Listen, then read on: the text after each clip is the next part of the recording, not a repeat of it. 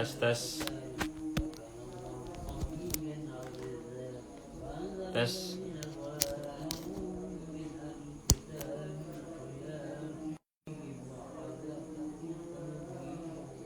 Suara cek. Suara cek.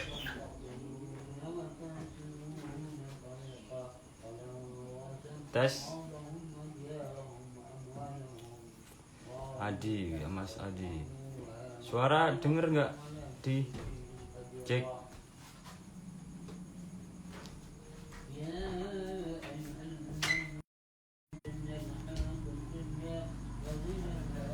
Suara aman, suara cek.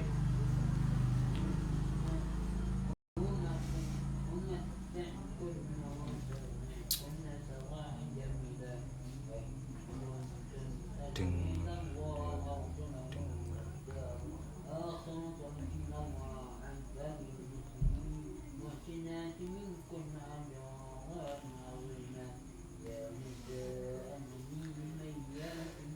Cek cek. Selamat malam, selamat malam. Salam bahagia selalu. Aman, suara selembut kapas. Selembut kapas. Dan seindah semerdu suara.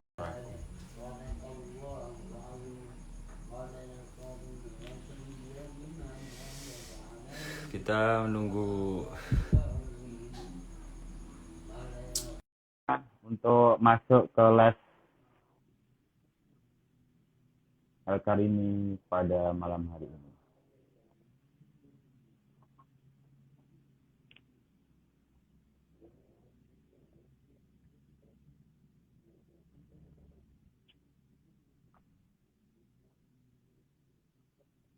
Ilahi la tulil firdausi la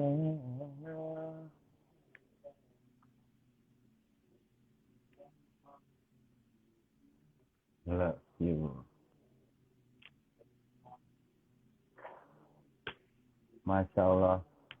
Bentar kita nunggu kiainya masuk di les. OTW mengundang. Dipersilahkan untuk pemirsa menyiapkan kopinya.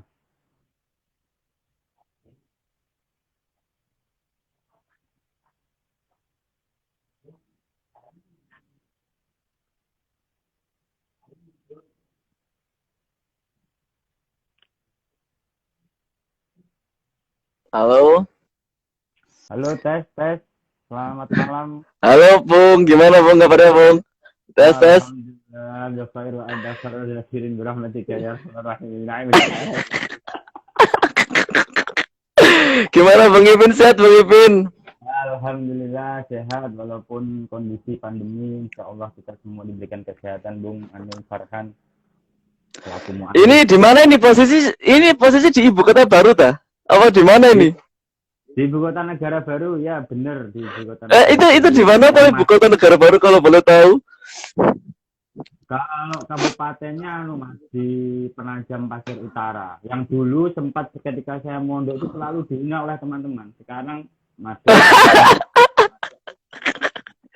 jadi Tuhan menjawab cerita Anda gitu ya.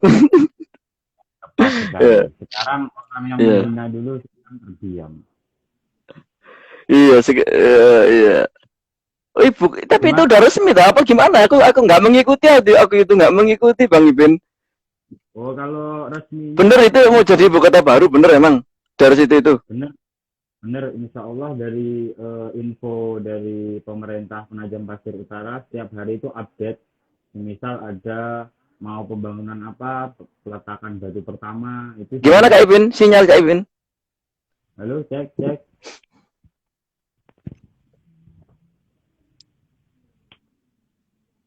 Gus, masuk Gus, cek suara.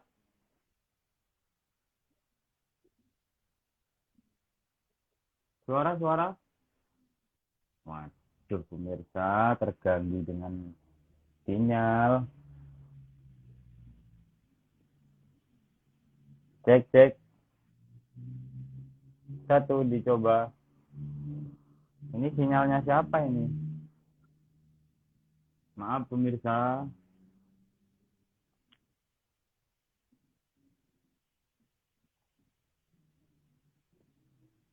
Mungkin sinyal dari beliau masih gangguan. Coba saya ulangi lagi. Mohon bersabar. Mohon bersabar. Mohon bersabar.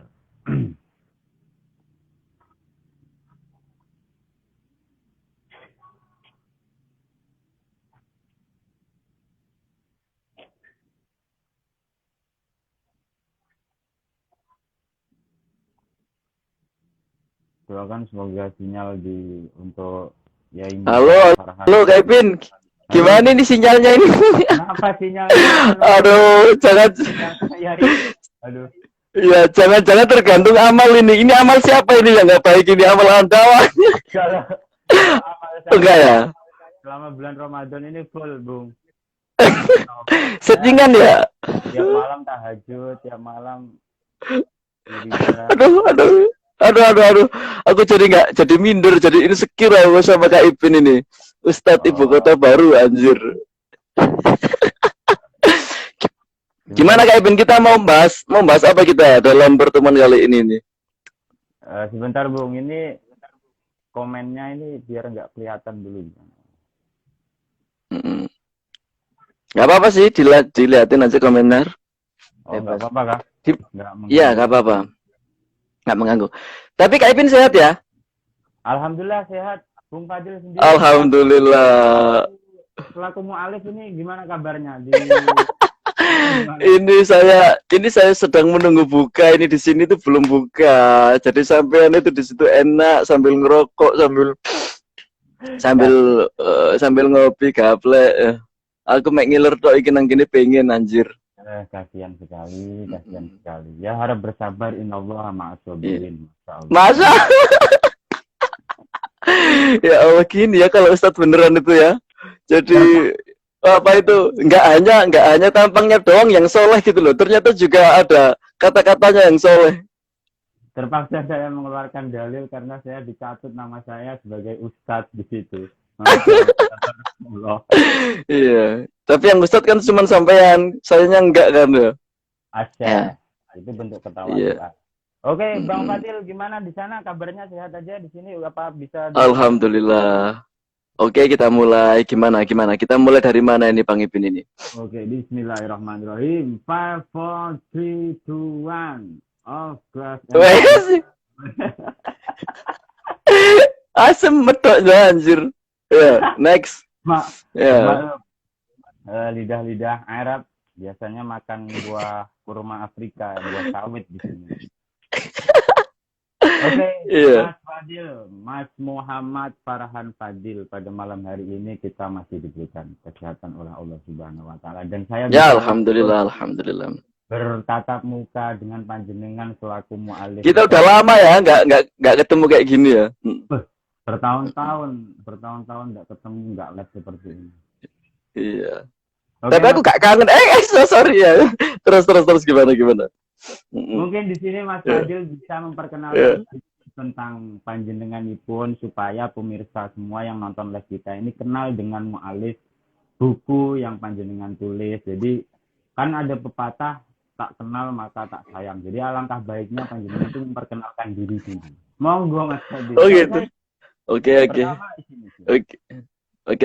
Jadi terima kasih kepada ini admin El Karimi yang telah mengundang kami untuk acara Ghibah Agama ini ya. Jadi momen-momen kayak gini tuh sebenarnya udah saya tunggu dari dulu karena apa ya? Karena kita itu butuh gitu loh suasana apa ya, pembicaraan agama tapi dengan cara-cara yang sederhana gitu loh, dalam cara-cara yang membumi gitu loh, dengan cara-cara yang lebih nyantai gitu loh.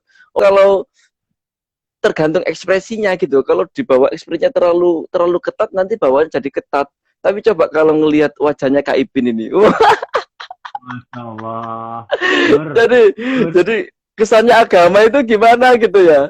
Teduh, anjir teduh ya. Oke, saya perkenalkan ya, nama saya itu Silakan. saya Muhammad Farhan Al-Fadil, saya kelahiran Mojokerto dan alhamdulillah dulu berkesempatan belajar bersama Kak Arifin, Ustadz kita ini, Ustadz ibu kota ini, ibu kota baru ini. Jadi saya dulu belajar di Kediri sama Mas Arifin, atau tepatnya saya lulusan El Karimi ya, gitu ya. Alhamdulillah. Jadi apa ya, berkah banget lah, meskipun apa ya, saya beruntung banget gitu loh bisa masuk termasuk dalam bagian keluarga besar El Karimi gitu. Meskipun saya kayak gitu lah, nggak bisa seperti teman-teman gitu. Tapi saya pribadi sangat bahagia gitu bisa diakui sebagai termasuk ke dalam bagian keluarga besar El Karimi. Oke. Dan sekarang saya melanjutkan sedang di dunia apa di mana ini Kak Ibin? Di negerinya Kak Fir'aun. Ya gitu. Ya gitu ya. Jadi kebetulan saya sekarang sedang di Mesir gitu untuk melanjutkan studi. Ya, gitu aja. Gitu aja Kak Ibin, mau ngomong apa lagi saya? Mau apa yang harus diperkenalkan? Studinya sudah berapa tahun berjalan Mas di kuis? Saya ini tahun keempat Kak Ibin. Jadi tahun keempat, saya 2007. Kita kan lulus 2017 ya. 2017. Kita lulus 2017. Ya, bulan apa dulu kita? Mei apa itu? Juni apa Juli, lupa aku ya. Itu ya, pokoknya 2017 awal gitu. Nangis-nangisan aja waktu nangis-nangisan. Oh gitu, ya Allah. Anda itu gitu ternyata ya. Nggak itu ya. Berarti sudah berjalan 4 tahun nih Gus ya di sana studinya. Iya, 4 tahun Kak Ipin. Masya Allah. Ya. Di masa 4 tahun itu panjenengan sudah bisa menulis buku, 2 buku.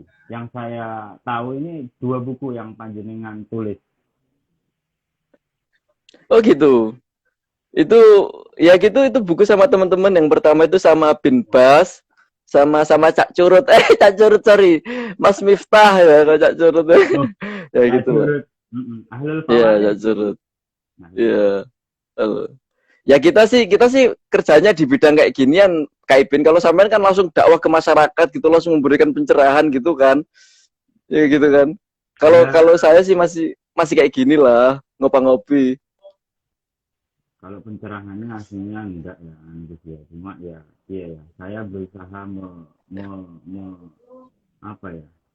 menjalankan amanat dari kiai-kiai kita selama mondok pesantren. Masya Allah, Masya Allah. Kak Ipin. Ya. Kalau boleh tanya Kak Ipin, halo, kalau boleh tanya. Sekarang Kak Ipin fokusnya apa? Sibuknya apa? Kegiatannya apa? Mungkin saya bisa belajar dari Kak Ipin. Sekarang sibuknya apa? Fokusnya apa? Kalau di rumah di ibu kota baru ini tepatnya, Pak, insya Allah kalau Allah, Masya Allah. Terpaksa nanti omongan saya berubah menjadi dua lolo. Ya. Apa kesibukan sekarang Kak Ipin? Ngaji gitu ya? Semenjak saya pulang, ya pengajian yang ringan-ringan dulu lah. Pengajian. Mulai dari sholawatan, thoriqoh saya, karena selama di pondok saya itu memang hobi dalam bersholawat. Dan saya luar biasa sekali. Di desa saya atau di kota saya itu juga mantap sholawatan. Emang saya Emang saya lihat itu, saya amati dari kejauhan, memang pergerakannya Kak Ipin ini memang membumi banget gitu, langsung ke masyarakat. Itu memang sebelumnya belum ada sholawatan atau langsung diinisiasi oleh Kak Ipin atau gitu? Kalau sholawatan aslinya sudah dari dulu ada, Bung. Masya Allah ya, maaf ya. Jadi kalau sholawatan sudah dari dulu ada. Misal dibuat akikohan. Cuma di sini yang masih berlaku itu semisal al-barzanji tanpa diiringi dengan suara-suara hadroh dan lantunan-lantunan musik yang suara yang indah seperti di daerah gitu. Itu kan enak-enak. Di sini cuma ajarilah karim. Mungkin kalau orang-orang milenial saat ini sudah merasa melentruk ketika mendengarkan hal tersebut. Makanya saya datang menciptakan suasana yang bagaimana. Masya Allah sekali, luar biasa sekali. tapi itu gimana respon masyarakat? Ya itu termasuk tajdid ya Ibin. Jadi sebelumnya, iya itu sudah ada yang namanya upaya rekonstruksi atau pembaruan itu Kak Ipin itu secara tidak langsung itu sudah mempraktekkan itu. Jadi kan sebelumnya Kak Ipin melihat di kawasan sekitar atau masyarakat itu sudah mengenal yang namanya sholawat, sudah mengamalkan sholawat. Cuman Kak Ipin itu melihat ada semacam hal-hal yang harus diperbarui, akhirnya diiringi pakai apa hadroh gitu kan. Iya kan? Ya, ya. Dan tak lihat itu kayaknya memang antusias sekali tuh masyarakat itu menyambut Kak Ipin itu. Maksudnya menyambut sholawat yang ditawarkan Kak Ipin itu luar biasa sekali tuh Kak Ipin. Itu namanya tajdid itu. Kalau saya sendiri saya rasa masyarakat keyakinannya bukan menyambut saya, tapi saya berharap masyarakat itu menyambut bagaimana cinta terhadap Kanjeng Nabi Muhammad Shallallahu Alaihi Wasallam. Iya. Oke Kak. Jadi sebelum ke masalah tajdid dari buku yang Anda tulis, saya mendapatkan judulnya yakni adalah Beragama Sambil Ngopi. Bener anunya ya? Iya kayak gitulah ya. Ya beragama sambil ngopi. Judulnya sedikit sedikit tegang masalah agama, akan tapi diambil-ambil dengan ngopi. Ini jadi yang tegang malah rileks gitu loh. Saya kalau dari judulnya aja. Mungkin kalian bisa tahu ya masalah gimana mula bagaimana buku ini apa yang membuat Anda menulis buku yang berjudul Beragama Sambil Ngopi ini. Tujuan dari dengan itu menulis buku ini tuh apa? Ya gini. Oke. Jadi gini Kak Ipin, sebenarnya motifnya itu banyak. Di antaranya saya ingin jadi saya di sini kan bertemu dengan suasana baru, bertemu dengan pemikiran-pemikiran baru, bertemu dengan tokoh-tokoh baru, dengan masyayikh baru gitu kan. Lah, jadi apa yang saya temukan di sini itu saya ingin ingin saya abstraksikan istilahnya, ingin saya bekukan gitu loh, gitu. Saya ingin literasikan gitu loh, saya ingin kemas, ingin saya abadikan dalam bentuk tulisan gitu loh, sebagai catatan kayak gitu. Itu yang pertama. Jadi untuk sebagai langkah pertama intelektualitas saya gitu. Karena menurut saya beda yang namanya kerja intelektual berupa baca, berupa berpikir sama menulis itu beda. Orang bisa saja membaca buku banyak hal. Orang bisa saja berdebat di mana saja, berdiskusi di mana saja. Orang bisa saja seperti itu. Tapi belum tentu orang bisa menulis gitu. Jadi orang bisa saja menghatamkan dalam misalkan 1 bulan khatam 2 buku, 3 buku, tapi belum tentu orang dalam waktu yang sama itu bisa menulis beberapa artikel atau beberapa buku gitu. Jadi itu untuk latihan saya gitu. Karena apa? Karena kadang itu kan apa yang ada di dalam kepala itu kan sebenarnya masih abstrak, masih ngalor gitu. Jadi ingin saya tuliskan, ingin saya bekukan itu untuk saya biar tahu, oh ternyata ini yang saya pikirkan. Oh kayak gitu. Itu motif yang pertama. Terus? Ya. Karena gini Kak Ipin, sekarang itu dalam dunia akademisi, dalam dunia keilmuan yang namanya kepenulisan atau literasi atau tulisan itu hal yang niscaya gitu sekarang itu. Ya enggak? Jadi sekarang orang misalkan seorang akademisi, seorang dikatakan cendekiawan, seorang dikatakan seorang menggeluti dunia pemikiran. Buktinya apa kamu? Kamu otoritasnya apa? Begitu. Ya ini aku menggeluti ini, aku memikirkan ini dan aku menuliskan ini kan gitu. Jadi sekarang itu yang namanya tulisan itu penting sekali. Sekali saya mau cerita ya. 2017 sebelum saya berangkat ke sini, saya sowan ke Bapak Kiai Hanang Darunaja. Munawib Bapak Hanang Darunaja. Yang terkenal disebut Mbah Hanang itu ya? Ya, itu Mbah Hanang. Ya, pengasuh pondok pesantren As-Siddiqiyah. Ya, alhamdulillah kan.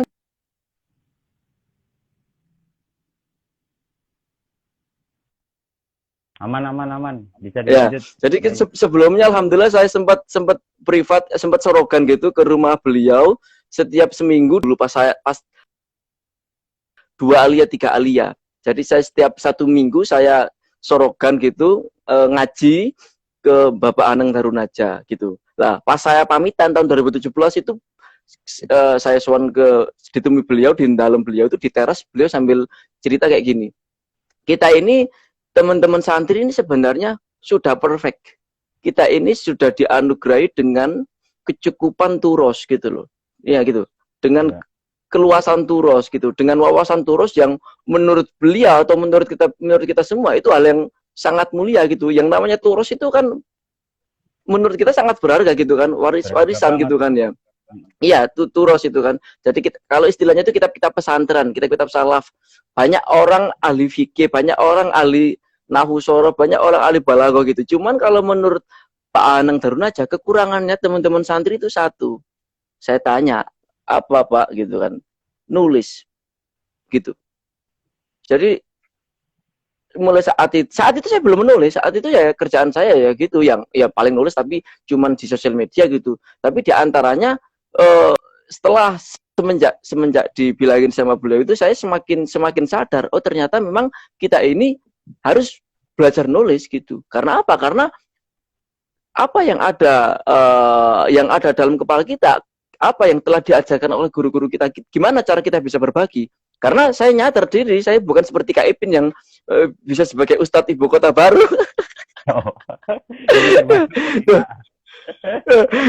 Ya, jadi nggak semua orang punya peluang punya apa Nggak semua. sebagai ustadz gitu kan, bisa berdakwah ke masyarakat. Nggak semua orang punya peluang itu. Barangkali kalau orang sebagai pebisnis gitu kan, pulang dari pesantren terus dia itu eh, terjun di dunia bisnis kan repot juga, sibuk juga. Makanya diantaranya tak pikir nulis itu juga ngedep dampar gitu. Kalau istilahnya Mbak Yusuf, ngedep dampar. Jadi gimana cara Ngadep berapa? kita itu, apa yang diajarkan oleh guru-guru kita, yang diajarkan oleh guru-guru masyayikh kita itu ingin kita bagikan gitu loh.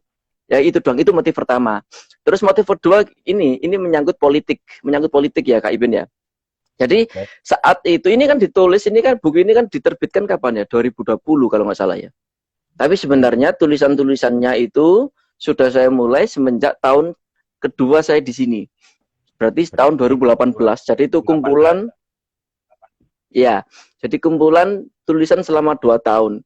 Masya Allah. Nah, tepatnya tulisan ini saya selesaikan itu kan 2020. Kita ingat betul kan, tahun kemarin kita itu benar-benar sempat dihadirkan atau sampai pada suasana beragama, berpolitik yang benar-benar menegangkan.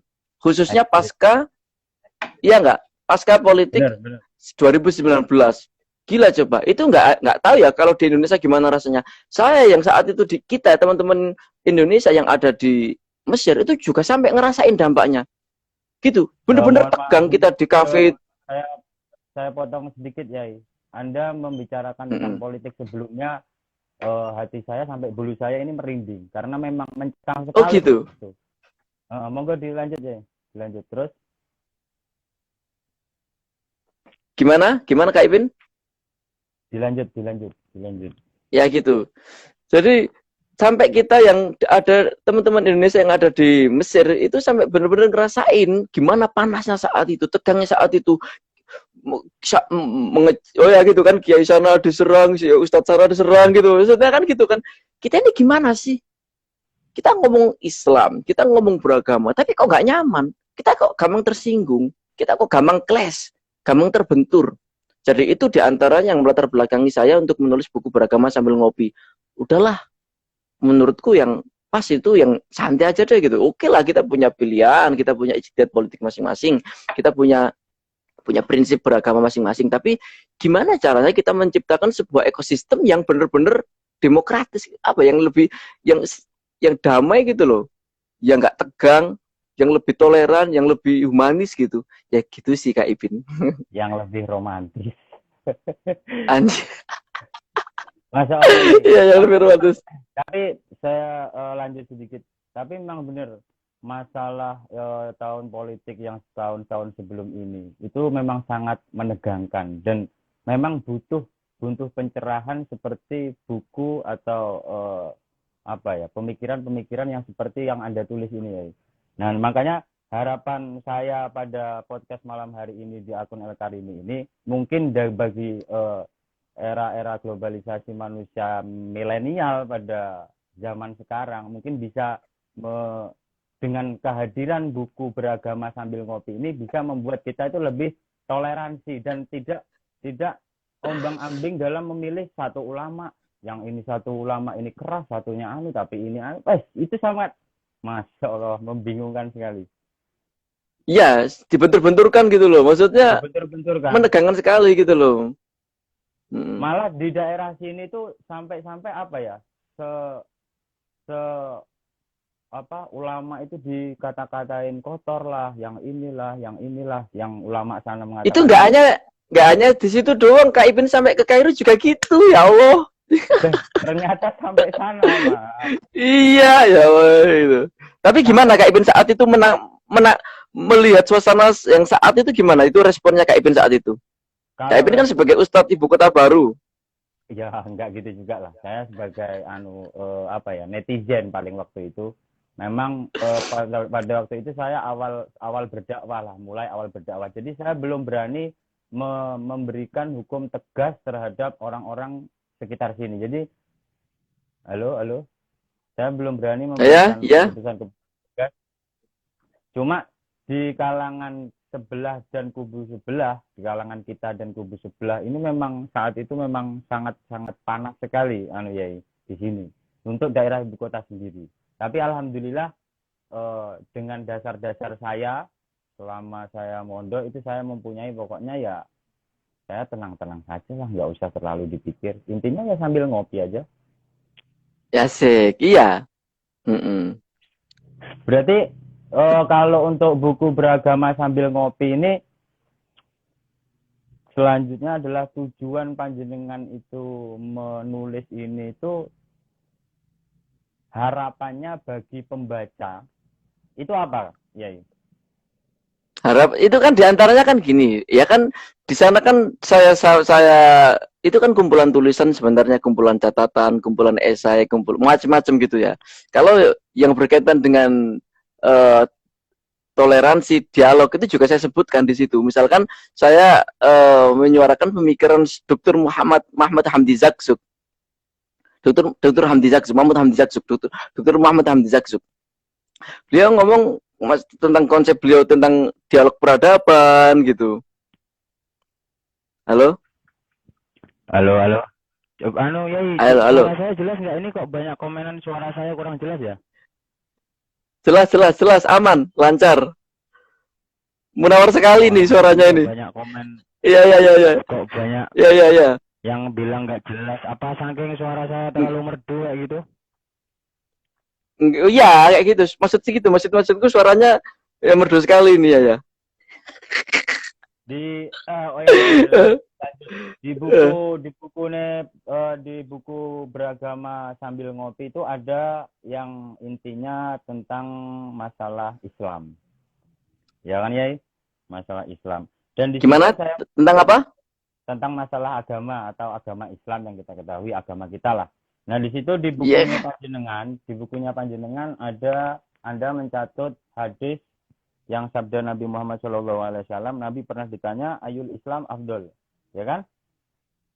Ya. Terus Nabi menjawab, man salima al muslim min lisanihi waya. Halo? Ya, betul. Nah, ini kalau diterapkan hadis ini diterapkan pada era sekarang ini dalam bentuk apa sebenarnya, ya? Kalau dalam buku yang Anda tulis itu, yang panjenengan maksud. Ya itu, ya saya rasa sebenarnya Kak Ipin lebih paham ya, karena beliau Anda kan langsung terjun ke masyarakat gitu ya. Ya gitu ya. Menurut saya sih Kak Ipin lebih paham ya. Ya itu sih lebih ke man salima lisanuhu itu loh. Jadi gimana caranya kita itu nggak hanya secara internal, dalam arti kita itu antara kita sama Tuhan saja, tapi kita sampai yang apa itu horizontal apa vertikal itu yang ke samping itu. Yang hablum minan nas. Ya, minan nas gitu loh. Jadi agama itu nggak hanya cuman ini benar dan ini menurutku benar dan kalian harus ikut kan gitu. Dan kamu kalau nggak ikut saya berarti kamu salah. Berarti kamu itu cacat, kamu itu gini. Oke, men, kita punya pilihan, men. Tapi kan nggak hanya itu. Agama itu kan tentang kenyamanan, ya nggak? Tentang keselamatan, bagaimana menghargai yang lain kayak gitu. Makanya kayak Ya, kita itu di Indonesia punya tokoh seperti M.H. Ainun Najib, punya tokoh seperti Mustafa Bisri, Gusmus itu kita harus bersyukur sekali karena beliau-beliau itu orang-orang yang mengajarkan keteduhan gitu kan ya. dan yang Ya. terbaru ini Haidar yang Bakir gitu kan. lagi keren ini beliau Al Mukarram Gus Baha. Tahu ya anu ya Oh Gus ya Gus Baha? Bah, oh ya, ya saya ya kita tetap ngikuti dari sini ya, tetap ngikuti. Mm-mm. Nah, terus keterkaitan man salimal muslim min lisani wa yadihi itu Anda tulis di buku Anda itu termasuk kalau kita praktekkan pada zaman milenial ini termasuk Facebook, YouTube, Twitter, Iya, terus yang lebih anu lagi WhatsApp lah yang sering kita gunakan. Nah, ini ada iya. artinya himbauan apa yang Anda tujukan kepada milenial sekarang untuk bukunya panjenengan?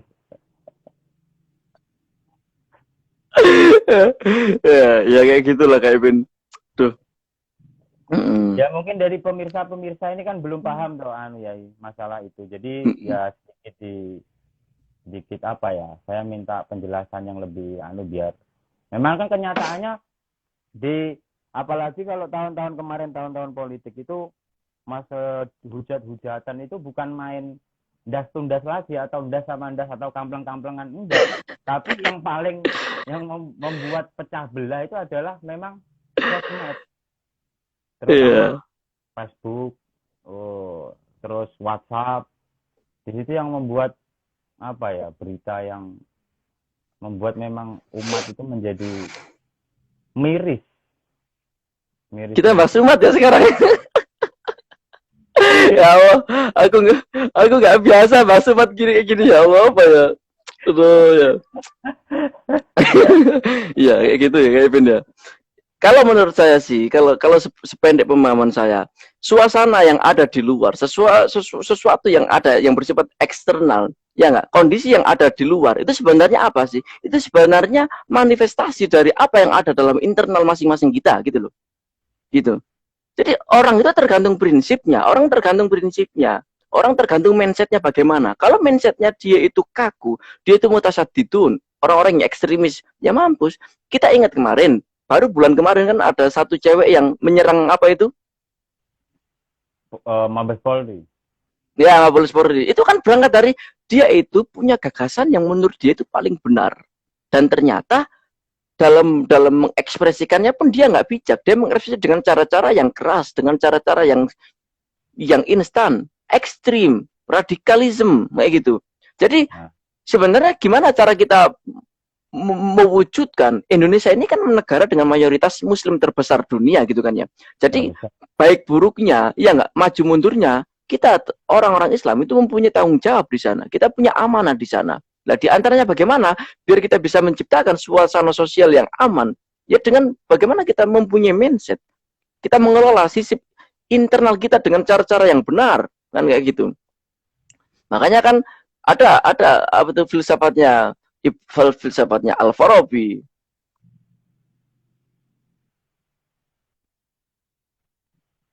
Halo, wah macet lagi.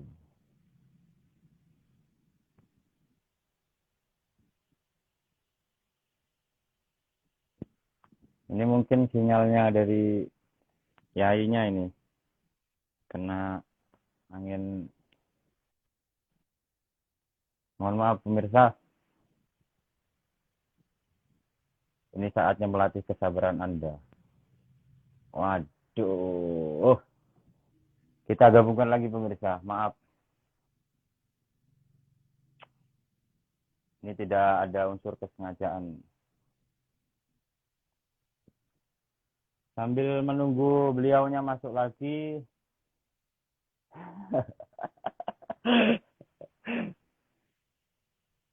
Ulfa Nuryana, kuwi Pak Ipin paham gak tojane tidak ngomong teh iki sul adab iki. Mana ini Kak Farhan Fadil kok nggak masuk-masuk?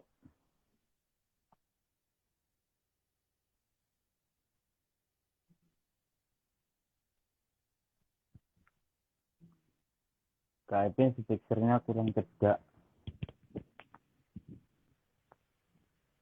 Halo, udah denger belum lagi? Halo, Suara. halo, Halo. gimana? Kak Ipin kok putus-putus kenapa? Kok Pakai terputus? XL ya? Oh enggak, saya pakai wifi. Di sini aman aja hasilnya. Saya kira malah di sana ya. Oh ya, sorry. Kita kok jadi saling menuduh gitu ya? Kita ngomong beragama yang kita ngomong beragama yang toleran tapi kita saling menuduh anjing. Kak Ipin, Terus gimana nyampe mana tadi? Berkara. Apa itu? Salah paham sama pahamnya yang salah. Jadi ini saling menyalahkan. Loh ini kok banyak yang ngomong kalau suara saya nggak jelas ini gimana dong? Padahal suara apa terlalu merdu memang. Kita nyampe mana Kak Ipin tadi? Apa tadi ya? Internal ya. Dari suasana sosial itu berangkat dari yang internal. Ya enggak? Makanya hadis man salima almar'u min lisanihi wayadihi, apa itu hadisnya itu enggak hafal hadis, sorry aku enggak, bukan ustaz. enggak ngapalin hadis ya. Bukan dai. Jadi ini kalau misalkan kalau kita kaitkan sama Harun Kak Ipin bisa dilanjut enggak? Bisa. Monggo dilanjut. Bisa dilanjut. Bisa. Makanya ini misalkan ya. Jadi konsep tentang vertikal horizontal ini, konsep tentang internal sama eksternal ini, kalau kita kaitkan sama pemikiran atau filsafatnya Al-Farabi misalkan kita dapat relevansinya. Al-Farabi itu punya buku yang namanya Ara'u al-Madinah Al-Fadilah. Aduh, sinyalnya ini kawan.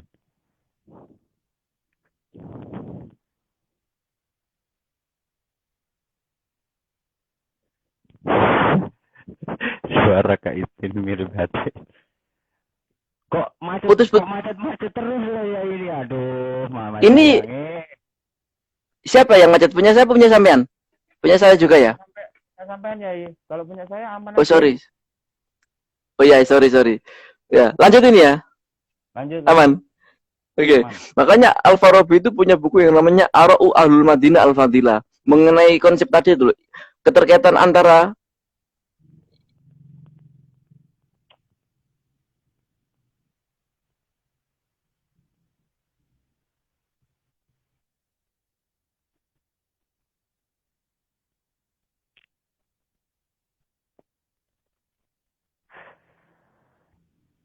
Maaf pemirsa, harap dimaklumi, jangan terputri dong, biar gak putus-putus. Kalau di punya saya ini aman, saudara. Nah kan, yang terputus yang di sana. Saya 100 Mbps ini. Insya Allah aman. Saya sudah mempersiapkan semua hal yang terjadi.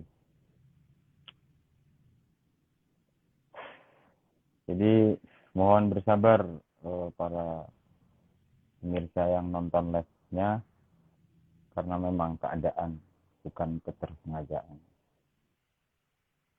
Kita tunggu lagi beliaunya masuk.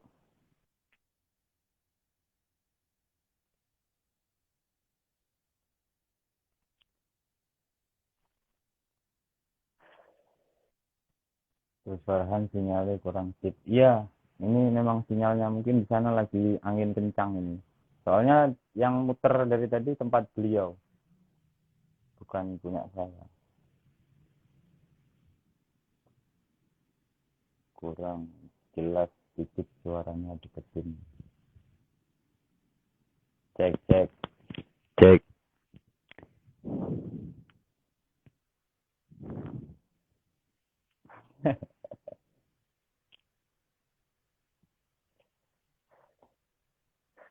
Karena ngomong cangkem tutak tutuk. Mana ini Kak Yai Farhan kok belum masuk ini, aduh.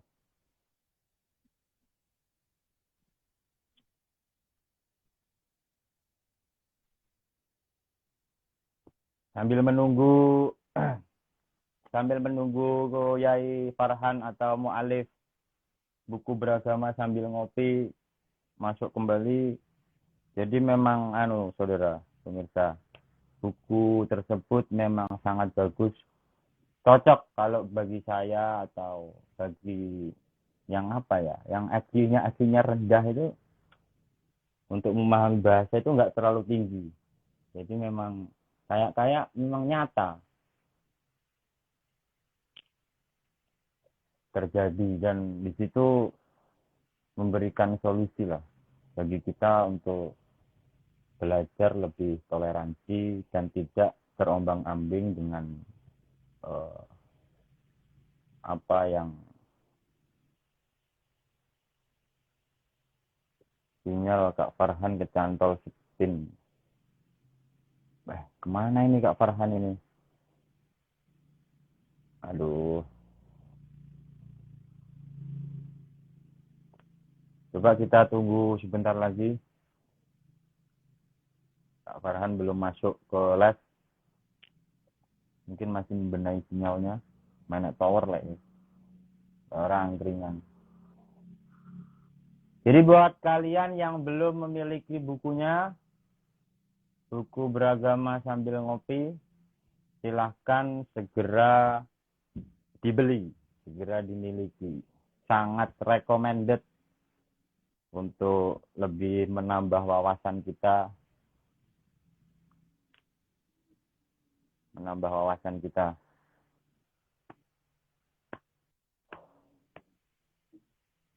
Jadi kalau cerita yo ya, sambil menunggu saya ingin cerita di ibu kota yang akan menjadi ibu kota. Coba kirim undangan. Oke, siap.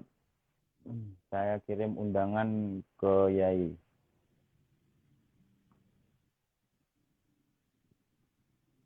Sudah saya kirim. Masya Allah Yai, saya sudah khawatir ini kalau, waduh, apa towernya di sana ambruk apa piye ngono. Sorry semuanya, sorry teman-teman semua, sorry Kak Ipin. Aduh, kelas sorry aku jadi gak enak aku sama Kak Ipin ini, aduh. Pemirsa sudah pada tanya, ini mana ini si cakep pengarang kitabnya ini mana ini malah nyawang raiku jadi. Enggak. Kadang itu gitu loh Kak Ipin, orang itu nggak baik itu hatinya tetap ngefans sebenarnya. Siapa yang nggak ngefans sama Kak Ipin? Idola semesta raya. Saya itu dari dulu tetap mengikuti, tetap memantau ini teman-teman Kak Ipin, gila ini pergerakannya progresif banget. Kak Ipin, Kak Ma'ruf. Sampai ya nggak sempat sosmedan, jadi di Facebook, di IG itu kurang aktif ya, jadi cuma sibuk dengan bagaimana besok.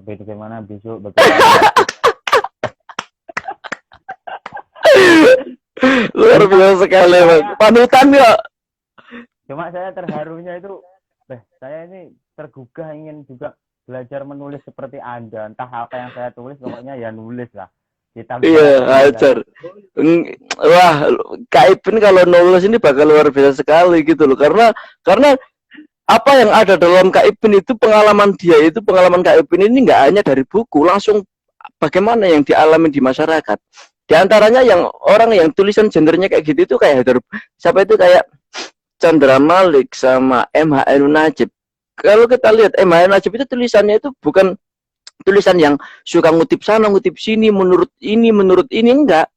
Dia gimana ada sebuah problem dan dia punya opini untuk menganalisis, ada upaya untuk menganalisis, ada upaya untuk menguraikan, ada upaya untuk mendeskripsikan dan bikin narasi yang baru. Luar biasa sekali Kak Ipin. Realita ya. Coba Yai, kameranya agak dinaikkan ya biar Mustofanya kelihatan nggak kepotong. Nah, gini kan kelihatan cakepnya ya. Semua ingin melihat wajah Anda ngalap barokah. Oh iya, saya dulu pas di pondok kan rodok Meryl sidik tuh, rodok. Gila. Jangkir awakmu lho ndak sing oke. Terus gini masalah kebudayaan, itu menyikapinya kalau di zaman sekarang itu gimana ya? Iya, gini. Jadi ini kebudayaan ini ada kaitannya sama yang namanya wacana tajdid itu, wacana rekonstruksi itu. Jadi kan pada tahun-tahun terakhir, tahun-tahun 2 tahun terakhir, 2 abad terakhir itu khususnya untuk daerah-daerah sebenarnya di Indonesia juga ada sih, cuman khususnya di daerah Timur Tengah itu sempat mengalami yang namanya krisis gitu. Jadi para pemikir itu sedang membicarakan ini kita sedang tertinggal ini gimana ini umat Islam ini gitu kan ya. Kita umat Islam ini kok kayak gini ya gitu. Umat Islam kok dijajah, umat Islam kok tertinggal dalam teknologi, dalam segi ekonomi, dalam macam-macam ini gimana ini ya. Akhirnya para pemikir merumuskan atau memberikan wacana yang namanya tajdid ya gitu, pembaharuan. Oh berarti ada sesuatu yang salah ini dalam mindset kita kalau kayak gitu, atau nggak harus salah, ada sesuatu yang harus diperbaharui lah kayak gitu kan. Nah, wacana tajdid, wacana pembaharuan ini sebenarnya nanti berkaitan dengan yang namanya konteks peradaban, konteks bagaimana sebuah bangsa, sebuah negara, sebuah kebudayaan dianggap maju atau tertinggal lah kayak gitu. Lah untuk menuju ke sana, untuk menuju ke sana itu orang mempunyai atau para pemikir mempunyai yang namanya aliyah itu apa itu fikir itu kan, atau aliyatul takwil gitu, aliyatul manhaj gitu kan. Ada cara-cara yang berbeda untuk mewujudkan bagaimana tadi itu upaya untuk biar kebudayaan kita itu maju, biar bangsa kita itu nggak tertinggal, ya kayak gitu. Ya enggak? Biar SDM kita itu kayak gini ya itu, Pak. Nah, di antaranya itu melihat ke yang akhor, ke yang lain, gitu. Di antaranya itu, oh berarti kita harus niru Barat, kita harus meniru orang lain, kita harus meniru Cina, oh kayak gitu di antaranya. Nah ini. Loh, tapi kalau kita lari ke akhor, misal berarti kan kita ikut budaya Barat ya, Barat. Nah, lebih dikenal apa bahasa telonya itu westernisasi. Iya. Lah itu apa enggak lebih bahaya? Ini.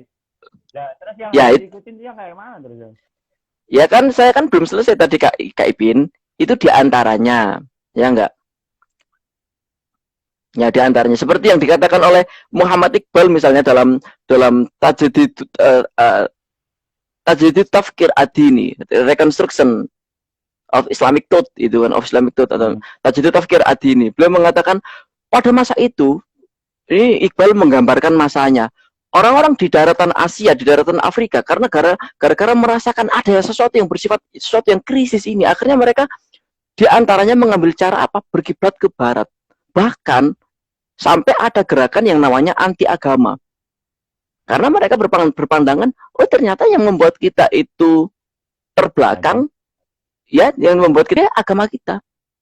Makanya ada yang namanya istilah sekularisasi, tapi dalam arti yang negatif, karena kita nggak bisa mengeneralisasi apa itu sekularisme gitu. Karena bagaimanapun sekularisme itu kalau kita lihat, saya punya bukunya, tulisannya siapa itu, udah diterjemah ke dalam bahasa Arab tentang on humanism atau anil insaniyah. Itu ternyata di sana membahas tentang konsep humanism itu ternyata mempunyai perkembangannya sendiri. Konsep tentang sekularisme itu ada perkembangannya sendiri. Ada yang namanya sekularisme yang tak masih berkaitan dengan agama, tapi cuman membedakan mana politik, mana agama gitu doang. Ada yang sampai sekularisme atau humanism yang memang benar-benar al-faslu dalam arti inhiraf aniddin, yang gitu.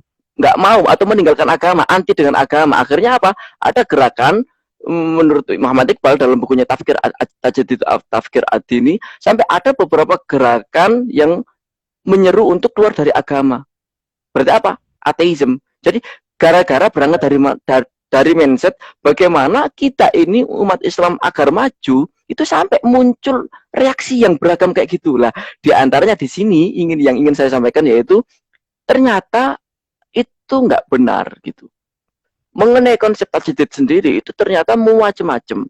Itu nanti dalam ilmu kalam, dalam fikih, sampai akan ada kan orang al-madzhabiyah. Makanya kan Syekh Romdon Al-Buti kan nulis tentang al-madzhabiyah, itu kan mengkritik orang-orang yang anti madzhab gitu kan.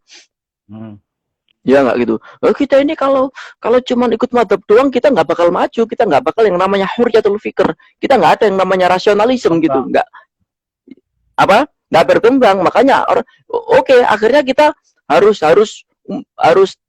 ini melepaskan diri dari namanya qayyid berupa mazhab ya gitu. Nah ini kan dikecam Karena ini menurut pemikiran yang tidak benar.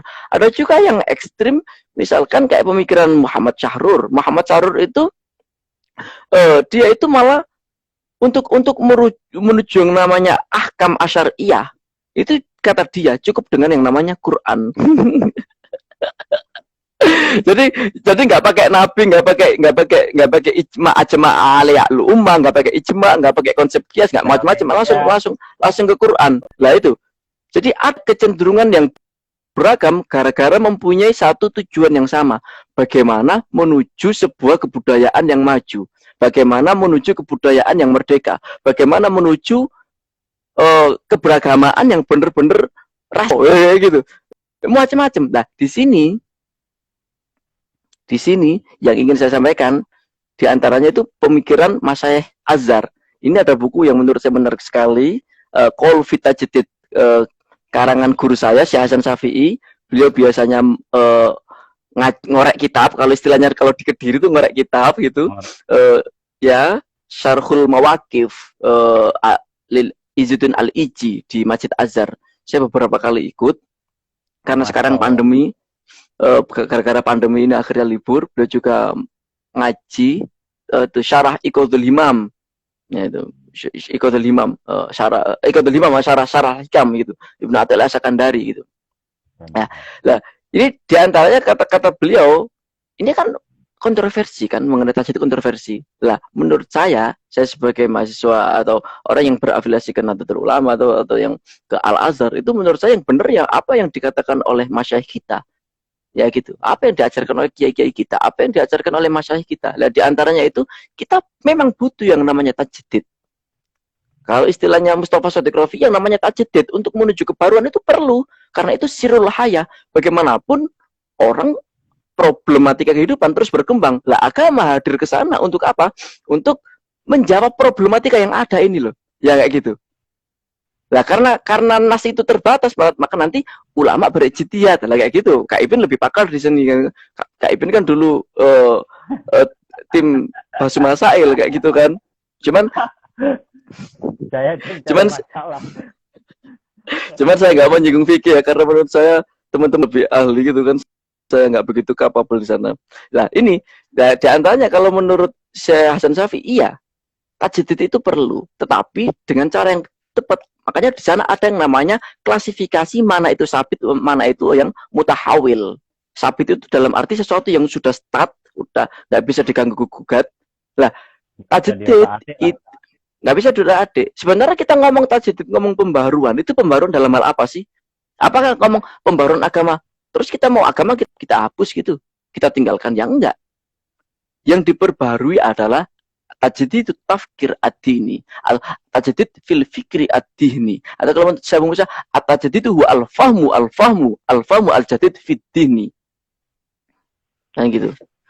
Jadi ada yang sesuatu yang memang bisa di otak-atik, ada yang tidak bisa di otak-atik. Yang tidak bisa di otak-atik itu ya ma'ajma' al-ulama, kayak ijma, Al-Qur'an, sunnah, kayak gitu kan ya. Terus madhab itu nggak bisa diotak-atik. Tapi untuk selain itu namanya mutahawil atau mutaghayyir, sesuatu yang masih dinamis. Nah, kayak gitu. Nah, ini menurut ini ada juga pendapat yang menarik yang disampaikan oleh Syekh Abu Musa yang saya sebutkan juga dalam buku itu, dalam buku Beragama Sambil Ngopi. Pandangan beliau bahwa halaman 241 ya, Yai. Ya, yang itu halaman belakangan. Jadi pojok sebelah anu baris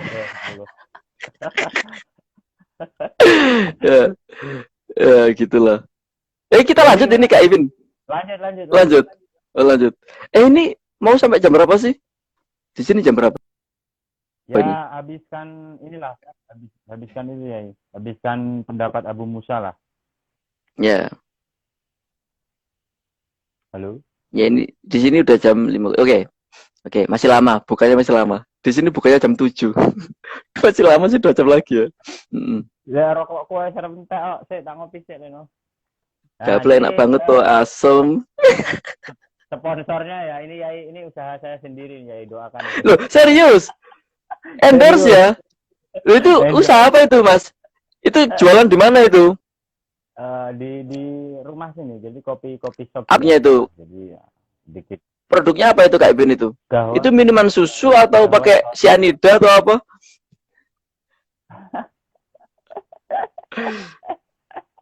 Asli kopi Indonesia ya. Jadi Oh, memang kopi susu. kopi susu. Es kopi susu. Luar biasa sekali Kak Ibin ini, ternyata nggak hanya sebagai ustadz ya, ternyata juga sebagai seorang pebisnis. Mantap sekali, inspiratif banget. Aku pengen banget loh Kak, jadi bisa kayak Kak Ibin gitu. Ada income sendiri. Anda merendah untuk menyundul ini namanya ya. Mata. Saya dari tadi udah ngumpet miso. Bagus ya tadi Kak miso ya. Tapi jangkrik awakmu songkokan putih loh ndak. Dirimu pakai songkok putih kan aku jadi insecure anjir. Gitu. Di sini tuh harus nomor 1 harus sombong dulu ya. Jadi harus gertak dulu lah. Kalau nggak gertak susah. Iya, saya paham. Jadi itu sebenarnya kan dakwah kan. Cuman ya enggak sarana dan prasarana aja dan paham ya. Kalau saya rasa ya itu masuk dalam konteks yang Anda bahas loh. Kalau dakwah saya ini sedikit ada masuk dalam konteks yang Anda bahas tentang masalah. Gimana itu?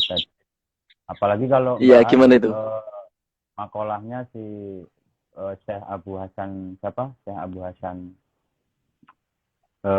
yang jadi mukadimah yang Anda tulis di buku panjenengan. Makanya panjenengan lanjutkan jelaskan masalah tadi. Iya.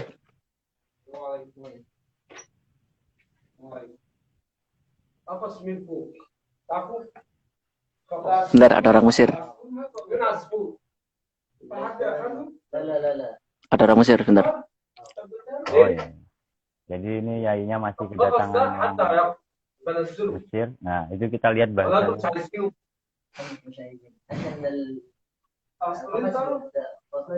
Ya Allah, tabarakallah.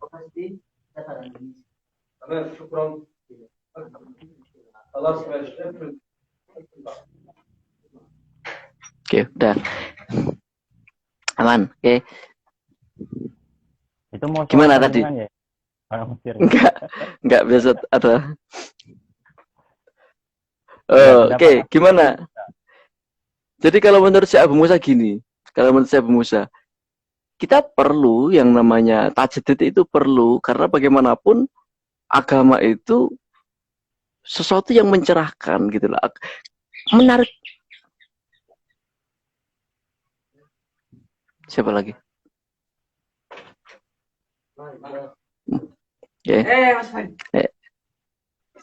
Sehat ya? Oke. Jadi kalau menurut Abu Musa ini konsep tajdid itu dikaitkan sama konsep ijaz, konsep ijaz Quran. Jadi kata beliau itu jadi mengutip ayat ini udah tak tulis ya. Aku kan nggak hafal ya. Aku kan takut kalau Al-Quran apalagi sama Ustadz gitu kan. Beliau jadi pada ayat itu dalam surat Ibrahim kan, Alif Lam Ra, kitabun anzalnahu ilaika litukhrijan nasa minadz dzulumat ilan nur. Ya enggak? Jadi kata beliau mempunyai buku yang namanya Min Madakhil ila Tajdid. Ya enggak? Pengantar untuk menuju tajdid. Kalau saya simpulkan dari satu buku itu ternyata hasil dari penjelasan, penafsiran beliau tentang satu ayat ini. Bahwasanya anzalnahu ilaika litukhrijan nasa minadz dzulumati ilan nur gitu kan. Kita pun anzalnahu ilaika litukhrijan nasa minadz dzulumati ilan nur. Bahwasanya Al-Qur'an itu adalah ayat yang diturunkan untuk litukhrijan nas, untuk mengeluarkan manusia minadz dzulumat ilan nur. Lah sekarang gini. Ya. Ini yang menarik. Jadi beliau menganalisis kata az-zulm, kata gelap, zolim, sama nur, cahaya, terang benderang. Apa itu zulumat? Zulumat itu kegelapan. Apa itu kegelapan? Kegelapan yang relevan saat ini berarti apa? Kemiskinan. Ya enggak? Ketidakadilan, kemunduran, kejemutan pemikiran. Apa? Kerusuhan. Nah kayak gitu. Ya, Al-Quran itu diturunkan memang untuk itu. Ya enggak? Jadi untuk membawa yang minaz zulumat ini menuju nur. Lah nur itu apa? Menurut beliau kekayaan, demokrasi, kesejahteraan, kemakmuran, rasionalisme, kemajuan, nah kayak gitu. Jadi kalau dulu Al-Quran ini kan benar-benar bisa merevolusi masyarakat Arab gitu kan ya. Ya nggak, pada mulanya kan Arab ini kan jahiliyah. Tapi gara-gara ada Islam, yang awalnya itu dulu kan imperium yang besar kan kalau nggak Romawi, apa itu? Yunani ya, Persia, Romawi sama Persia gitu kan ya. Arab nggak ada apa-apanya. Ya nggak, Arab masih jahiliyah saat itu. Orang masih suka bertarung, masih kesukuan gitu kan. Tapi gara-gara ada Al-Quran ini, bangsa yang kering kerontang, nggak ada apa-apa, bisa maju minaz zulumat ila nur gitu loh, dan bisa sekarang bisa kita rasakan barokahnya, bisa ke seluruh dunia. Lah dulu yang saat itu bisa kayak gitu, kenapa sekarang enggak? Jadi gimana caranya kita itu biar kita bisa merubah keadaan? Kita mendekatkan diri kepada Al-Quran. Kita benar-benar menyaksikan kalau Al-Quran ini mukjizat Al-Quran. Makanya beliau mengatakan, beliau apa itu menukil sebuah ayat atau menyantumkan sebuah ayat, menghadirkan sebuah ayat itu, sanurihim ayatina fil ufuki. Oke? Aku bener nggak sih baca Al-Quran ini? Wa fi anfusihim hatta yatabayyana annahu al-haq gitu loh. Kalau salah pembacaannya dikoreksi ya. Ya. Oke. Yai. Masya Allah tawaduknya beliau ini. Udah saya tulis tapi kok.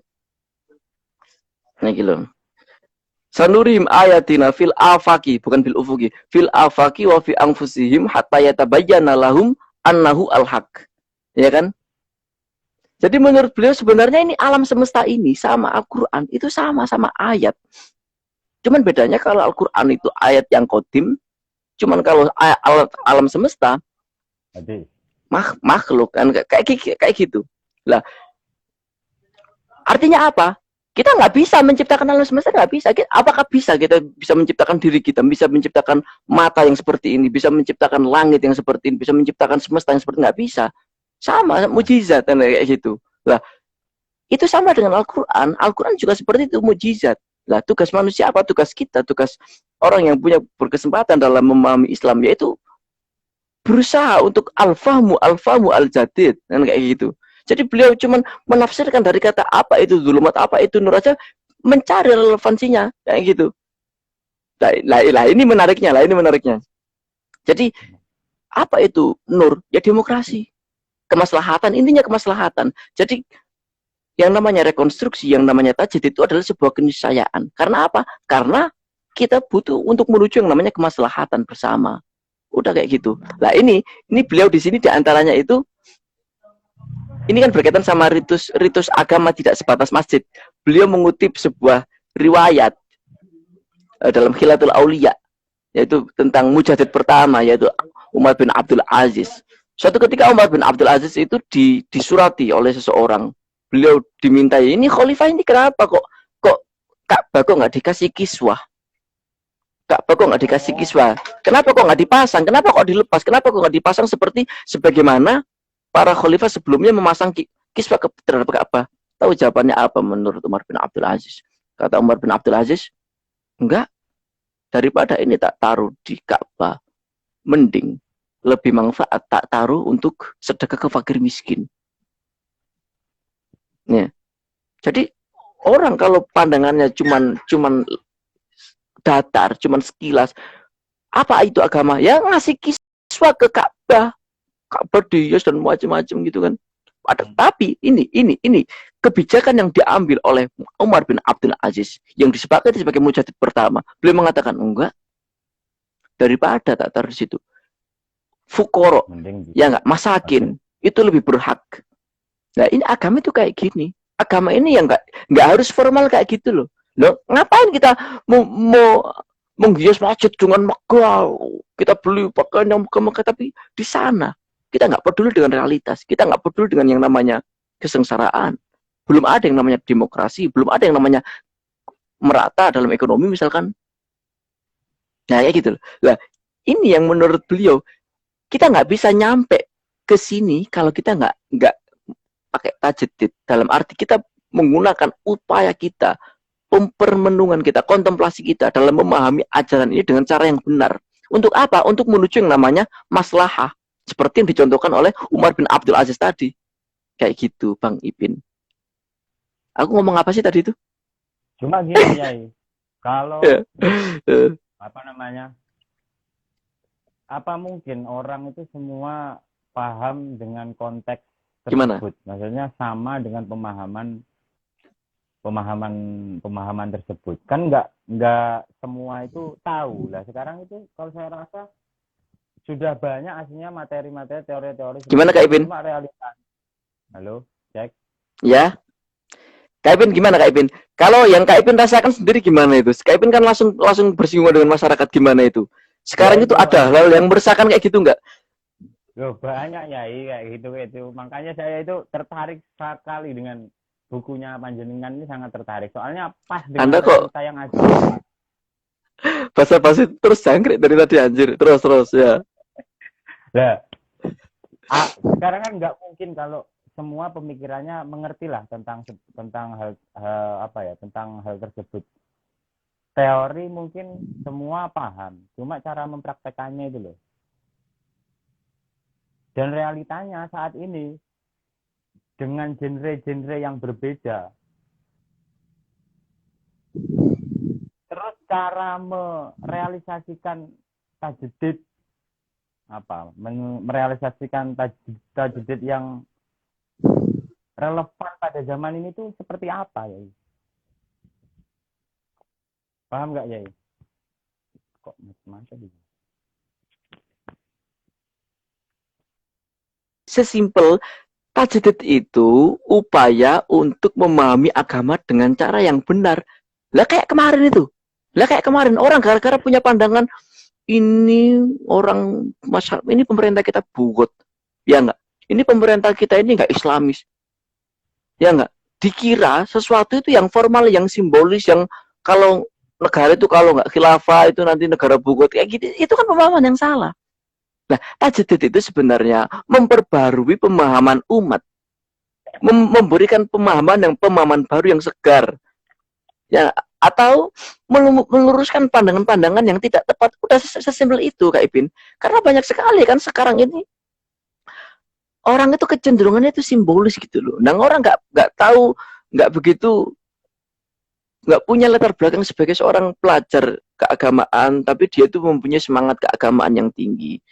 Ya enggak, punya yang namanya emosi keagamaan yang tinggi, ya kan timpang. Di satu sisi emosinya tinggi, spiritnya tinggi, semangatnya tinggi, tidak dibersamai dengan yang namanya knowledge atau ma'rifah, al-fahmu ad-dini, paham keagamaan. Lah, tugas-tugas orang seperti Kak Ipin itu yang memberikan pelurusan kepada umat. Asik anjir. Ya gitu sih. Iya, bener ya. Cuma kan gini, realita yang kita hadapi ini tidak semudah dengan kata-kata motivasi ya. Untuk teori seperti itu loh, banyak mungkin yang antara kalangan-kalangan kita yang sudah paham. Cuma cara merealisasikannya ini loh, cara merealisasikannya itu dengan jurus seperti apa biar mudah untuk memberikan kejelasan tentang hal-hal yang seperti itu. Ya seperti yang diajarkan oleh guru-guru kita tuh Kak Ipin. Ya gitu doang. Ya gitu. Berarti nggak usah jauh-jauh ya kan. Pokoknya balik nih ya ini awake dhewe. Lah iya. Lah apa lama-lama terus kalau kita nggak kita perjuangkan. Maksudnya kita ngomong tentang tajdid itu karena di mana-mana banyak sekali orang yang salah paham tentang agama. Ya, kayak gitu. Ya nggak gitu. Benar. Banyak akhirnya orang salah paham tentang agama tapi dengan spirit yang kayak gitu kan. Akhirnya apa? Kegelisahan agama. Nah, berarti apa? Selanjutnya bagaimana? Berarti tugas orang-orang yang mempunyai paham keagamaan yang benar itu, punya paham keagamaan yang teduh itu, punya keagamaan yang substansial itu nggak hanya paham-paham yang simbolis kalau nggak anak antum akhi anjing kayak gitu cuman yang simbolik yang Arab dong nggak harus gitu tapi yang substansial yang teduh gitu loh Arab pakai genah.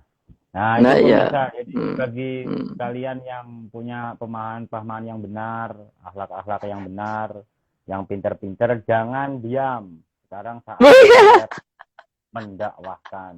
Ya kan? Takbir. Oh. Sekarang kan orang kalangan itu banyak tawas. banyak tawadhu itu ya masalah kayak gitu Lah itu. itu loh, di satu sisi itu yang luar itu pengen, tapi kok kita yang dibutuhkan malah tawaduk kan ya gak imbang. Nah, itulah beliau aja, beliau aja. Saya masih kayak gini, masih kayak gini. Jadi yang nggak buat berkembang asine sing ngono kuwi. Angel tuturanmu. Makanya kita lihat kayak Kak Ibin itu menginisiasi adanya sholawatan, menginisiasi adanya jamaah, nanti ada majelisnya. Itu butuh banget itu. Itu terobosan banget, itu luar biasa banget itu. Tak dukung, mantap, mantap, mantap. Ya doakan saja. Jadi di sini tuh harapan saya sebelum jadi ibu kota Sekarang, serius, tapi Kak Ibin sekarang targetnya apa Kak Ibin sekarang? Kalau boleh tahu sekarang target Kak Ibin dalam 5 tahun ke depan atau 2 tahun atau 5 tahun yang akan datang apa targetnya?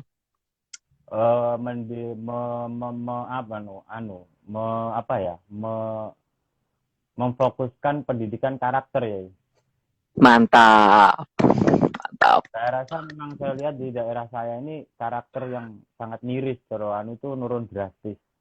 Artinya kalau kita beri pemahaman masalah yang dasar-dasar dulu, insya Allah nanti paham. Ya kayak sekarang kayak terawih dulu ya. Terawih zaman saya muda itu tak nakal-nakal. Emang sekarang udah sepuh ya, Kak Ibin ya?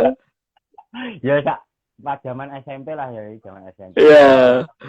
Tak nakal-nakal Indian itu meskipun di masjid guyon guger itu masih mau terawih, mau ngisi ikut pengajian, keagamaan, dan yang lainnya. Nah sekarang itu, sangat prihatin dengan keadaan tersebut.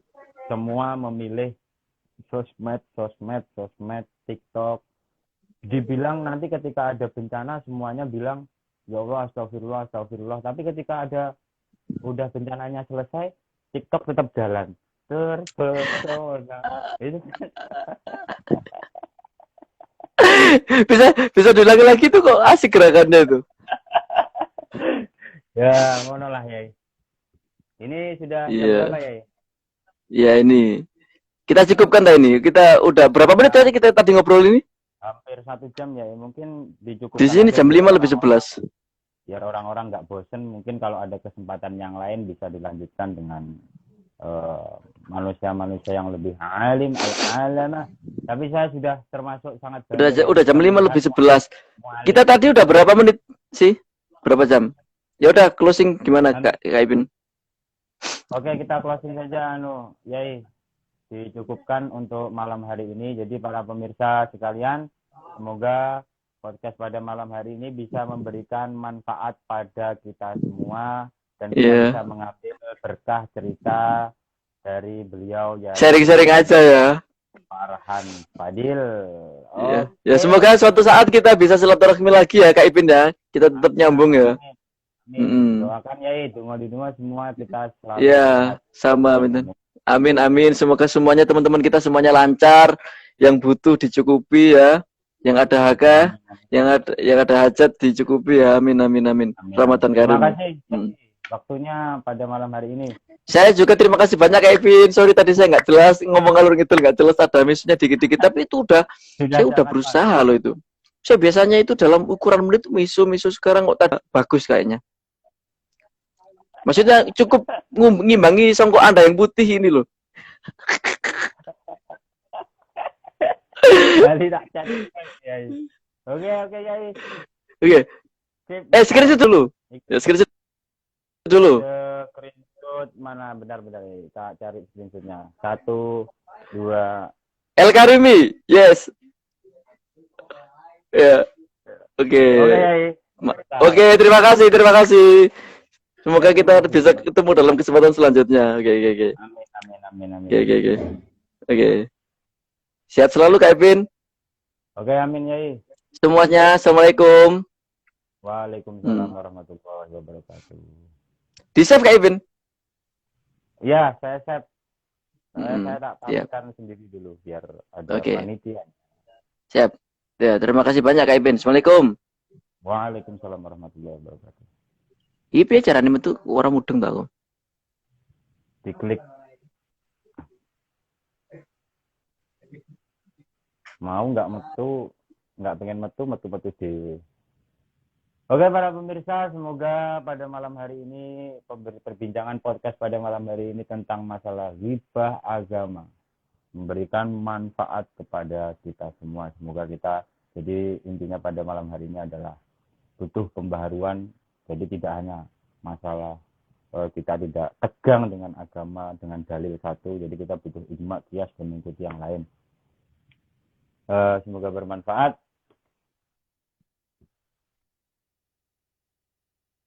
Dan kita lihat podcast-podcast selanjutnya bagi pemirsa yang setia dengan akun El Karim. Kurang lebihnya dari saya, mohon maaf. Wal afu minkum. Assalamualaikum warahmatullahi wabarakatuh.